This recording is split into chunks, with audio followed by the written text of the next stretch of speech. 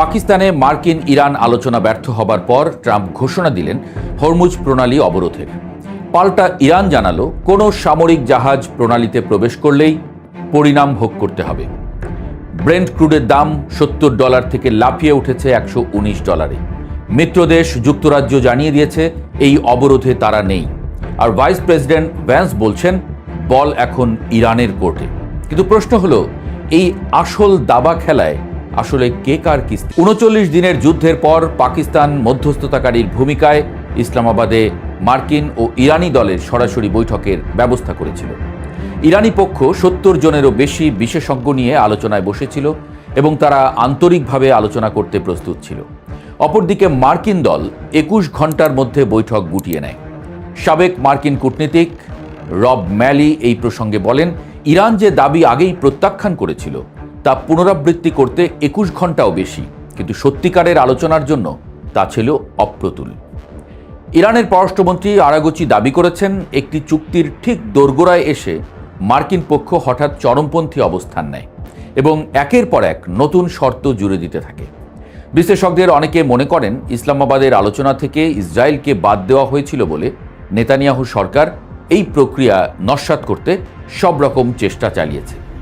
Trump নিজেই স্বীকার করেছেন যে আলোচনায় উল্লেখযোগ্য অগ্রগতি হয়েছিল, কিন্তু পরমাণু ইস্যুতে ইরানকে পুরোপুরি নতি স্বীকার করাতে না পারায় শেষ পর্যন্ত তিনি পিছু হটেন।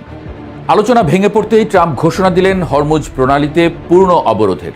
কিন্তু বিশ্লেষকরা বলছেন এই সিদ্ধান্ত ইরানের চেয়ে ওয়াশিংটনের মিত্রদেরই বেশি ক্ষতি করবে। প্রণালী দিয়ে যে 3টি ট্যাঙ্কার পার হয়েছিল সেগুলো ইরানের নয়, সেগুলো কুয়েত, সংযুক্ত আরব আমিরাত ও সৌদি আরবের তেল বহন করছিল। ওয়াশিংটনের থিঙ্ক ট্যাঙ্ক ডিফেন্স প্রায়োরিটিজের পরিচালক জেনিফার কাভানা বলেছেন, প্রণালী সম্পূর্ণ বন্ধ করলে তেলের দাম আরও অনেক বেড়ে যাবে এবং আন্তর্জাতিক সম্প্রদায়ের চাপ মার্কিন যুক্তরাষ্ট্রের উপরে পড়বে। সমুদ্রপথে বিশ্বের তেল রপ্তানির প্রায় 1/4 এবং বৈশ্বিক তরলীকৃত প্রাকৃতিক গ্যাস সরবরাহের প্রায় 1/5 এই প্রণালী দিয়ে পরিবাহিত হয়। ইরান ফেব্রুয়ারির শেষ থেকে প্রণালী কার্যত বন্ধ করে রেখেছে। জনস হপকিন্স বিশ্ববিদ্যালয়ের অধ্যাপক ভালি নাসর বলছেন, ইরানের জন্য এই অবরোধ মোটেও মাথা ব্যথার কারণ নয়, উল্টো এটি বৈশ্বিক অর্থনীতির উপরে ইরানের শ্বাসরোধী দখলকে আরও দীর্ঘায়িত করবে এবং ইরান চাইলে বাবেল মানদেবও বন্ধ করে লোহিত সাগরের বাণিজ্য পথ আটকে দিতে পারে। এদিকে যুক্তরাজ্য স্পষ্ট জানিয়ে দিয়েছে, ইরানি বন্দর অবরোধে ট্রাম্পের সামরিক পদক্ষেপে ব্রিটিশ নৌবাহিনী অংশ নেবে না। লন্ডন বলেছে তারা হরমুজ প্রণালীতে মুক্ত নৌ চলাচলের নীতিকে সমর্থন করে, কারণ এটি বৈশ্বিক অর্থনীতি এবং ব্রিটিশ নাগরিকদের জীবনযাত্রার ব্যয় নিয়ন্ত্রণের জন্য অপরিহার্য। ঐতিহাসিকভাবে সবচেয়ে বিশ্বস্ত মিত্রের এই অবস্থান ট্রাম্প প্রশাসনের জন্য কূটনৈতিকভাবে বড় ধাক্কা। গালফ কোঅপারেশন কাউন্সিলের দেশগুলোর মধ্যেও বিভাজন স্পষ্ট হয়ে উঠেছে। সংযুক্ত আরব আমিরাত এবং বাহরাইন কাজ শেষ করার পক্ষে, কিন্তু কাতার ও ওমান শান্তির দিকে হেলে আছে। এই অভ্যন্তরীণ বিভাজন প্রমাণ করে যে ট্রাম্পের আক্রমণাত্মক নীতি তার নিজের শিবিরেই ফাটল ধরিয়েছে। এদিকে 39 দিনের বোমা বর্ষণের পরও ইরান নাকি আরও শক্তিশালী, বিশ্লেষকরা অন্তত তাই বলছেন। মার্কিন গোয়েন্দা মূল্যায়ন বলছে 13,000-এরও বেশি হামলার পরও ইরানের কাছে এখনও অর্ধেক রকেট লঞ্চার এবং ড্রোন অবশিষ্ট আছে এবং ভূগর্ভস্থ লঞ্চার থেকে হাজার হাজার ক্ষেপণাস্ত্র নিক্ষেপের সক্ষমতা রয়েছে। হরমুজের নিয়ন্ত্রণ নিতে হলে মার্কিন বাহিনীকে পারস্য উপসাগরের 3টি ইরানি দ্বীপ দখল করতে হবে এবং সেখানে অবস্থান ধরে রাখা হবে আরও কঠিন কাজ। এর মধ্যে সবচেয়ে উদ্বেগজনক খবর এলো চীনের দিক থেকে।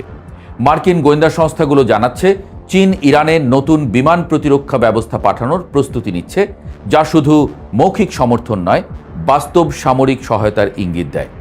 ট্রাম্প পাল্টা চীনকে 50% শুল্কের হুমকি দিয়েছেন, কিন্তু বিশ্লেষকরা বলছেন এই হরমুজ অবরোধ বেইজিংকে কঠিন কূটনৈতিক উভয় সংকটে ফেলেছে এবং আগামী মাসে নির্ধারিত ট্রাম্প শি বৈঠকও হুমকির মুখে পড়েছে।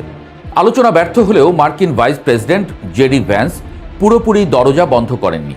ফক্স নিউজকে দেওয়া সাক্ষাৎকারে ভ্যান্স বলেছেন, ইরানের সঙ্গে চলমান আলোচনায় উল্লেখযোগ্য অগ্রগতি হয়েছে, তবে পরবর্তী পদক্ষেপ নির্ভর করছে তেহরানের উপর। তিনি হরমুজ প্রণালী খোলার বিষয়ে ইরানের কাছ থেকে ইতিবাচক পদক্ষেপ প্রত্যাশা করেছেন। একই সঙ্গে সতর্ক করেছেন, ইরান এগিয়ে না এলে আলোচনার ধরন বদলে যেতে পারে। ভ্যান্স ইরানের হরমুজ অবরোধকে অর্থনৈতিক সন্ত্রাসবাদ বলে চিহ্নিত করে বলেছেন, কোনো ইরানি জাহাজ দেশ ছাড়তে পারবে না, এই নীতিও প্রয়োগ করা হবে। কিন্তু কূটনীতির ভাষায় একসঙ্গে আলোচনার দরজা খোলা রাখা এবং অবরোধের হুমকি দেওয়া, এই দ্বৈত নীতি তেহরানের কাছে কতটা বিশ্বাসযোগ্য তা নিয়ে সন্দেহ আছে। মধ্যপ্রাচ্য বিশেষজ্ঞ ডেভিড হার্স্টের মতে, ইরানের সঙ্গে সম্পর্কে ট্রাম্প এখন ঠিক সেই অবস্থানে পৌঁছেছেন যেখানে গাজা যুদ্ধের পর নেতানিয়াহু নিজেকে আবিষ্কার করেছিলেন। যুদ্ধ শেষ হওয়ার সঙ্গে সঙ্গে নিজের দেশেই তাকে ব্যাপক সমালোচনার মুখে পড়তে হবে, কারণ লক্ষ্যমাত্রা পূরণ হয়নি। ট্রাম্প শিবিরের মধ্যেও এই যুদ্ধ নিয়ে ফাটল দেখা যাচ্ছে। ইরান যে শুধু টিকে আছে তা নয়, ৩৯ দিনে সে তার কৌশলগত অবস্থান আরও মজবুত করেছে। হরমুজের নিয়ন্ত্রণ, বিশ্ব জ্বালানি বাজারে কর্তৃত্ব, রাশিয়া ও চীনের নৈতিক ও বস্তুগত সমর্থন এবং প্রক্সি শক্তির সক্রিয়তা, সবকিছু মিলিয়ে তেহরান এখন একটি জটিল বহুমাত্রিক যুদ্ধ লড়ছে।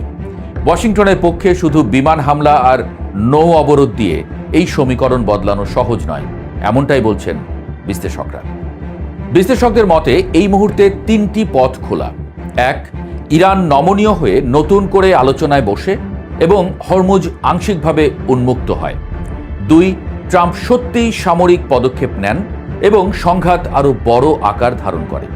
3, উভয় পক্ষ বর্তমান অচলাবস্থায় আটকে থাকে এবং বিশ্ব অর্থনীতি ক্রমশ চাপে পড়তে থাকে। বিশ্লেষকদের অধিকাংশই তৃতীয় পথটিকেই সবচেয়ে সম্ভাব্য বলে মনে করছেন, অন্তত আপাতত। আর এই অচলাবস্থায় সবচেয়ে লাভবান হচ্ছে ইরান। প্রতিটি দিন যায়, প্রতিটি ব্যর্থ আলোচনায়, প্রতিটি বাতিল হুমকিতে তেহরানের দর কষাকষির শক্তি বাড়ে, আর ট্রাম্পের কাছে থাকা বিকল্পের সংখ্যা কমতে থাকে।